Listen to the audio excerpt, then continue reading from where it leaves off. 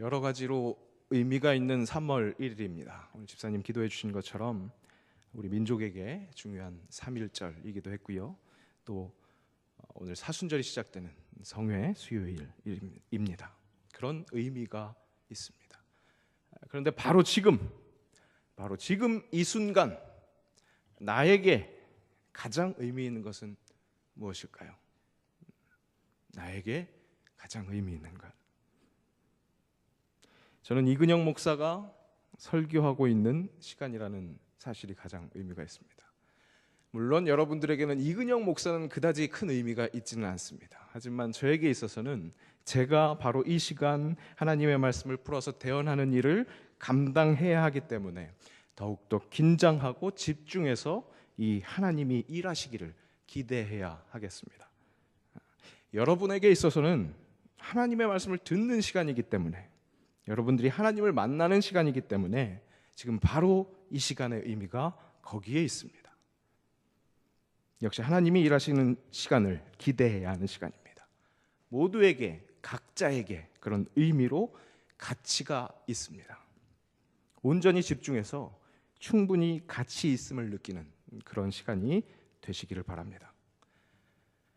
그야말로 어느새 3월 1일입니다. 2017년 정말 엊그제 시작한 것 같은데 벌써 한 해의 6분의 1을 지냈습니다.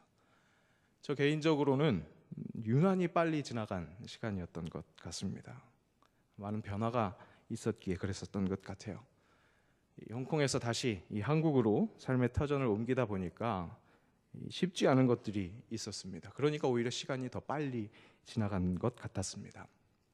그런 기간 동안 가장 힘들게 느꼈던 점이 이사하는 일이었습니다. 거리가 있는 이사였기 때문에 힘들기도 했었던 것 같습니다. 거리가 있기 때문에 이사 비용이 많이 나올 거라 생각해서 어떻게든 줄여보려고, 그 이사 비용을 줄여보려고 애쓰다 보니까 육체적으로도 좀 힘들었습니다. 그런데 그것보다 더 힘든 것이 있었습니다. 먼저 기다림, 이것도 만만치 않은 어려움이었습니다. 이사 비용을 줄이려다 하다 보니까 배로 짐을 보냈어요. 그랬더니 거의 2달이 다 돼서야 짐을 받을 수 있었습니다. 그렇다 보니까 이사를 한 3번에 걸쳐서 한 그런 느낌이었습니다. 처음에 이 홍콩에서 짐을 보낼 때 이 이삿짐을 이제 싸서 붙이고, 붙일 것 붙이고, 버릴 것 버리고 하는 그런 일들을 했습니다. 1차적으로. 근데 그때도 연말이었잖아요. 연말에 교회 일이 많잖아요. 그리고 또 더군다나 작년 연말은 크리스마스가 주일이고 마지막 주일이었습니다. 그래서 모든 것들이 몰려 있다 보니까 육체적으로 안 그래도 힘들었는데 이사를, 그렇게 짐을 싸는 일이 힘들었습니다. 그리고 이제 한국에 들어와서 우선 어머니 집에 머물렀습니다. 저희 가정이 홍콩으로 떠나기 전에 먼저 그 신혼집을 어머니 집에서 했었기 때문에 홍콩으로 떠날 때에도 짐을 많이 한국 집에 남겨두고 간 상황이었습니다. 그러니까 한국 집에 있던 짐도 다시 확인해서 챙겨야 했습니다. 또다시 취할 것과 버릴 것, 그것의 구별이 필요했습니다. 진짜 이삿짐 센터를 불러서 그 이삿짐 센터에 도움을 받던 날, 메인 이사라고 할 수 있는 그날, 그 전부터 좀 지루하게 계속 짐 정리하고 또 구별 작업, 그런 것이 계속되었던 것 같습니다. 그런 일을 하면서 정말 이사가 힘든 일이구나, 그런 생각을 했고요. 그리고 그 중에 진짜 힘든 일은 간직할 것과 버릴 것을 가르는 일. 그게 힘든 일이라는 것을 깨닫게 됐습니다. 이 홍콩 생활을 통해서 배운 것이 하나가 있었습니다. 여러 가지 배웠지만 그 중에 하나가 이 버리는 용기였습니다. 버리는 과감함. 이 홍콩은 부동산 가격이 정말 상상을 초월하는 가격이어서 이 집이 대부분 좁습니다. 좁기 때문에 창고 같은 것은 거의 없습니다. 그러니까 버리지 않으면 일상생활이 좀 힘들 정도이기 때문에 확실히 한국보다 버리는 것에 익숙합니다. 그런 환경 속에서 훈련되었음에도 불구하고 버릴 것을 가르는 일 정말 쉽지 않았습니다. 역시 심판은 이 하나님 같은 절대자가 할 수 있는 일이라는 것을 절감했습니다. 이 당장 쓰는 물건도 한국에서 새로 사는 것이 나은지, 아니면 챙겨가는 것이 좋은지 고민해야 되더라고요. 그런데 쓰지 않는 물건, 내 지금 현재 생활에 그다지 연관이 없어 보이는 그런 물건을 취할 것인가 버릴 것인가, 이 판단해내기가 쉽지 않았습니다. 꼭 버리고 나면 생각나는 물건들이 있잖아요, 그죠? 그런데 결국 그런 심판의 작업을 해가면서 또 그것을 마무리하면서 느낀 것이 있었습니다. 이 판단의 기준이 지극히 주관적이라는 점입니다. 이 선택받은 물건이 결코 비싼 물건이 아니라는 사실이었습니다. 물론 뭐 금이 붙어 있다거나 그렇게 정말 보편타당한 가치를 제외하고는 완전히 제 개인적인 기준이구나. 아니, 나 아닌 다른 사람이 결정했다면 다른 결정을 할 수 있겠구나. 그런 생각을 하게 됐습니다. 그러면서 이 판단 기준이 참 절묘하다는 그런 생각을 하게 됩니다. 그 물건을 소유함, 거기에 의미가 있다기보다는 그 물건이 나를 움직일 수 있는 물건인가, 그런 기준으로 선택하게 된다는 거예요. 나로 하여금 추억하게 한다든지 앞으로 이어질 내 삶에서 나 자신을 움직일 만한 그런 영향력을 가진 물건을 간직하게 된다는 거예요. 그래서 순간 깨닫게 된 영감이, 진정 가치 있는 것, 그것은 내가 주체가 돼서 사용하는 것보다 오히려 나를 움직이게 하는 것, 숨쉬게 하는 것, 내 삶에 동력을 줄 수 있는 것, 그렇게 내 삶에 실제적인 힘을 행사할 수 있는 것, 내 삶을 이끄는 힘을 가진 것이 정말 가치 있다는 사실, 그 사실이었습니다. 내 삶을 이끄는 바로 그런 것들이 진정한 가치라는 생각을 하게 되었습니다. 분명히 가치라는 말은요, 일반적으로 설명하자면 우리의 일상생활에서 필요한 욕구를 충족시켜줄 수 있는 모든 것이라고 이야기할 수 있습니다. 사전적인 의미가 그렇더라고요. 그런 의미에서 상품은 모두 가치라고 말합니다. 물론 당연히 경제적인 가치 외에 육체적인 이 쾌적 혹은 건강도 가치 있는 것입니다. 나아가 인간의 정신적 활동, 그것에 만족을 주는 것도 가치가 있습니다. 바로 이 가치를 좀 어렵게 이야기한 것이 가치론이라는 학문입니다. 이 보편 타당성을 가진 가치에 대해서 이야기하는 학문이라고 할 수 있습니다. 이 리케르트라는 사람은 타당성이라고 해서 가치 철학을 수립합니다. 그리고 셸러라는 사람은 실질적인 가치 윤리학을 전개해서 쾌적 가치보다 생명 가치, 또 생명 가치보다 정신 가치가 높다고 하고, 그 중에서 가장 높은 것이 이 종교적인 가치다, 그렇게 가치의 서열을 주장하기도 했습니다.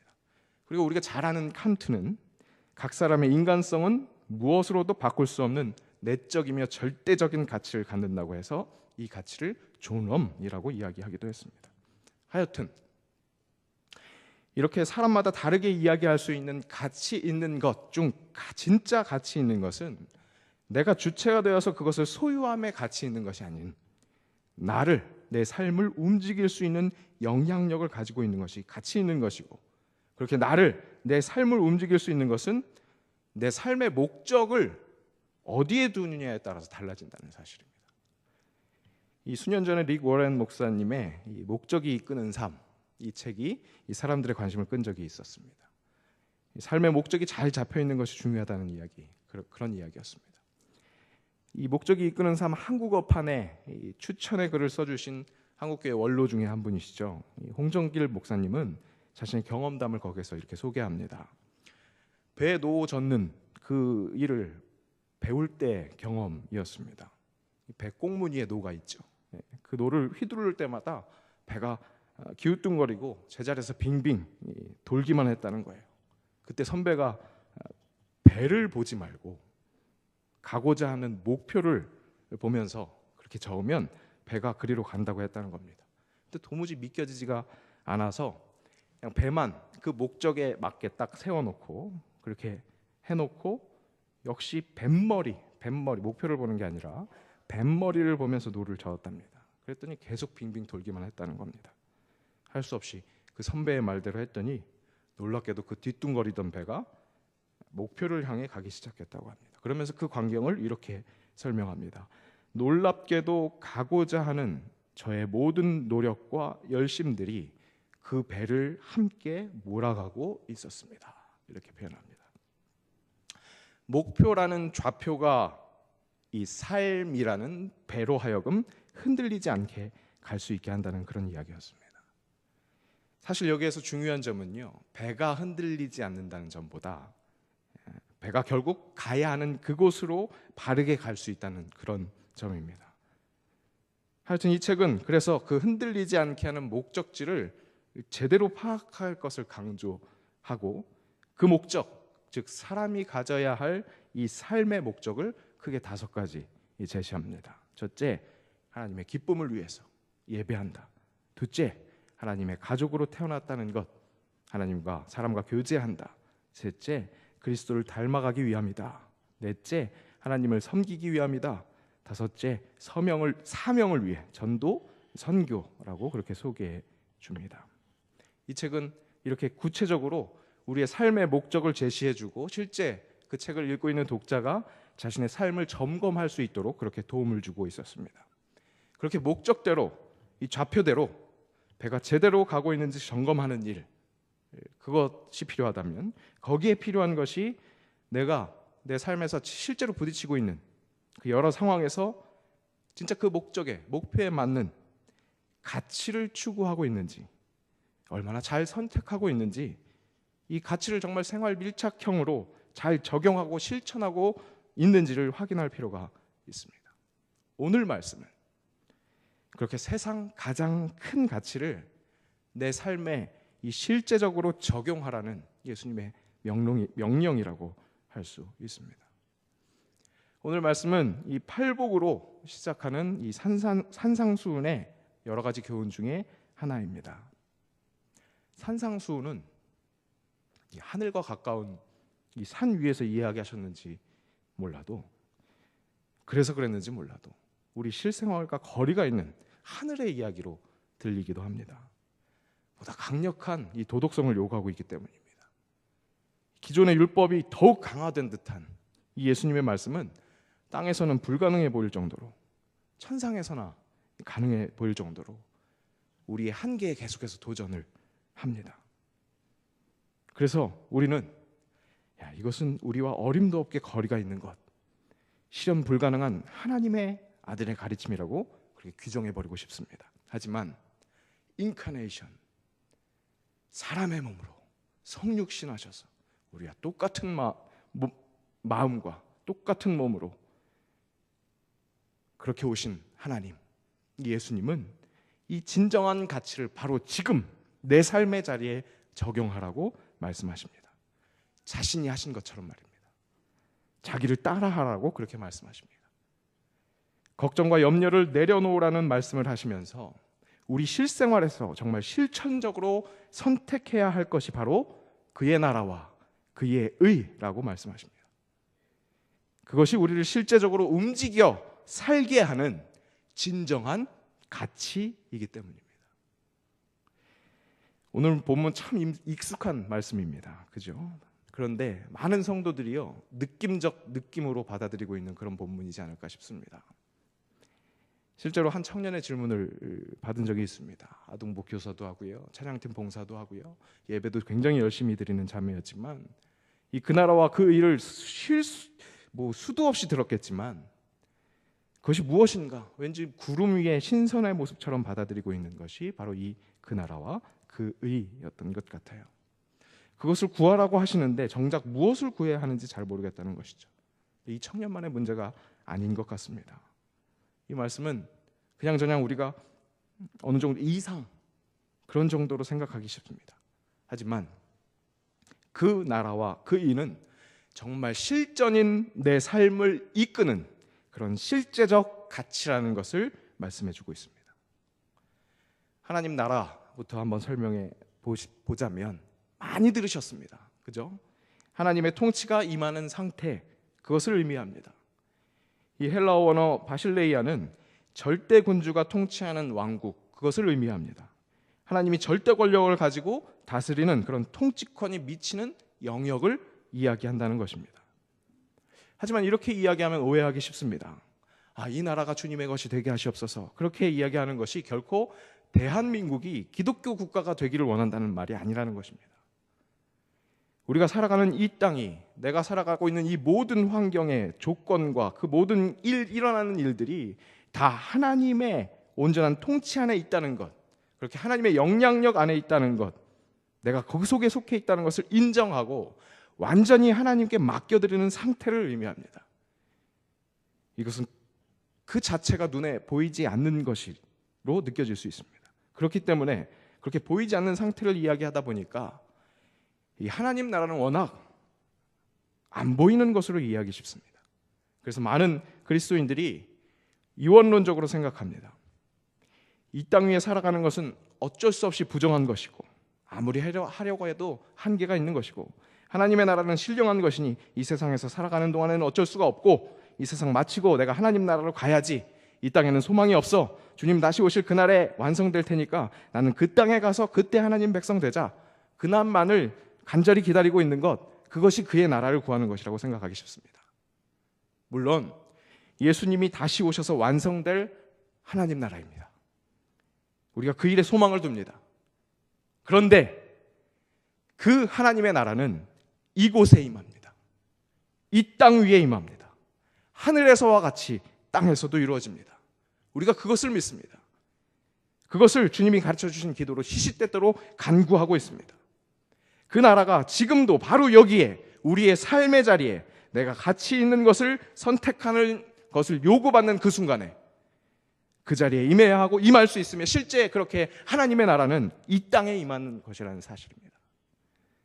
우리가 이 사실을 이해할 수 있어야 하고, 그리고 그런 하나님의 나라가 이 땅에 임하는데 바로 내가 쓰임받아야 한다는 것을, 그런 것이 마땅하다는 것을 인정해야 합니다.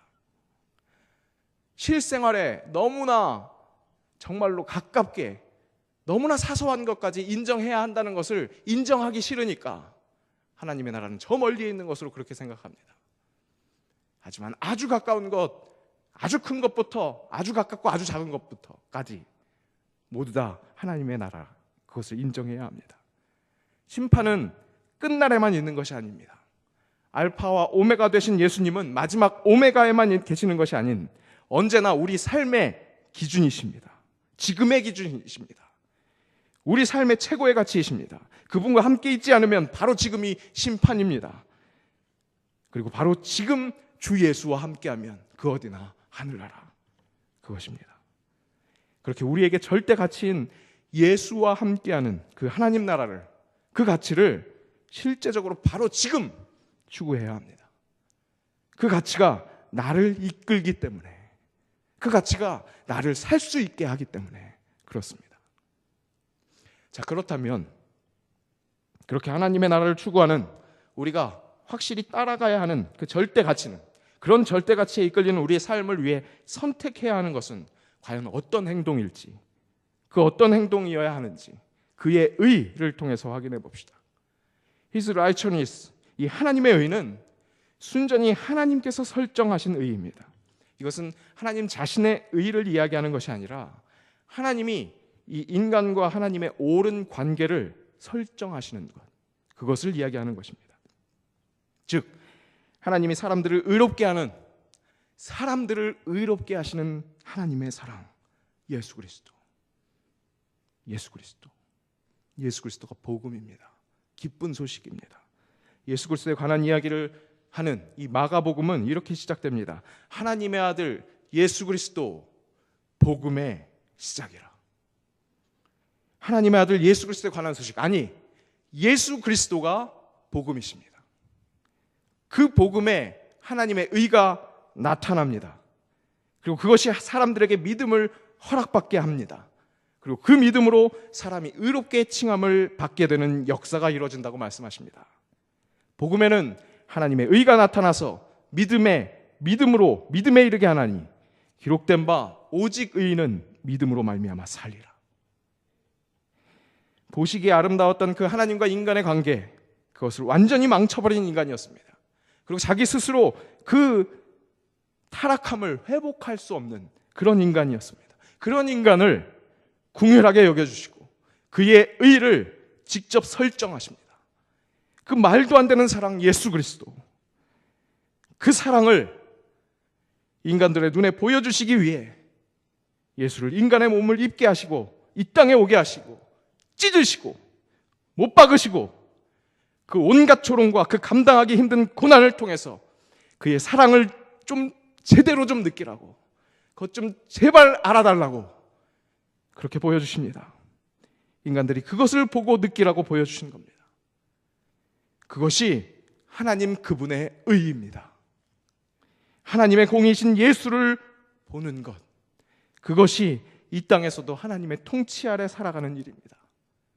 그 의를 구해야 합니다. 그 나라와 그 의를 구하는 것은 나도 그렇게 사랑이신 하나님, 그 놀라운 그 의로 우리를 살리신 그 예수님의 사랑으로 사랑하는 일입니다. 삶은 선택의 연속입니다. 선택이 요구될 때 예수님이라면 어떻게 하셨을까 생각해야 합니다. 정의를 물같이 공의를 마르지 않는 강같이 흐르게 하시는 하나님은, 그렇게 정의의 하나님, 공의의 하나님은 사랑이십니다. 말도 안 되는 나를 사랑하신 사랑이십니다. 우리에게도 그 사랑의 극치를 보여주신 예수님처럼 행하는 일이 필요합니다.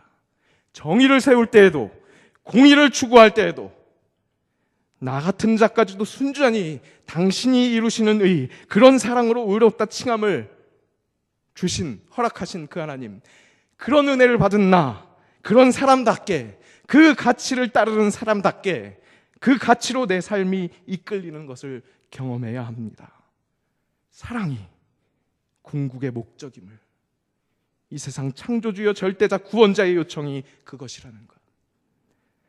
내가 세운, 내가 생각하는 의로움, 그것이 사랑하지 못하게 한다면 그것은 가치 없는 생각입니다. 그것은 가치 없는 의로움입니다. 그분의 의, 그 사랑이 이루어지는 그 하나님 나라를 구할 때 이 모든 것을 더하신다고 말씀하십니다.